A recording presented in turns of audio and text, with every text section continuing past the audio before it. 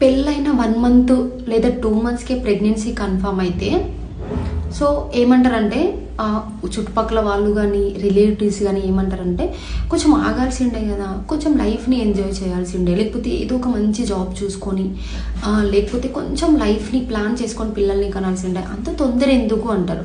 లేదు ఒక 5-6 మంత్స్ అయినా లేదంటే 1 ఇయర్ అయినా పిల్లలు కాలేదనుకో తొందరగా టెస్టులు చేయించుకో అమ్మా, తొందర చేయించుకో, తొందర కనేస్తే బాగుంటుంది. పిల్లల్ని ఒక్కరో ఇద్దరిని కనేసి పెట్టేస్తే అయిపోతుంది కదా చేతులలా.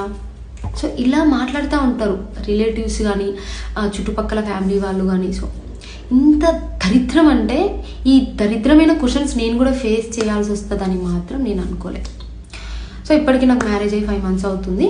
సో తొందర పిల్లల్ని గాను టెస్టులు చేయించుకో, ఈ దరిద్రమైన మాటలు నేను వింటున్నా. ఎవరికి పుట్టే టైం వస్తే అప్పుడు పుడతారు. సో ఇలా నన్ను కానీ ఇంకా చాలామంది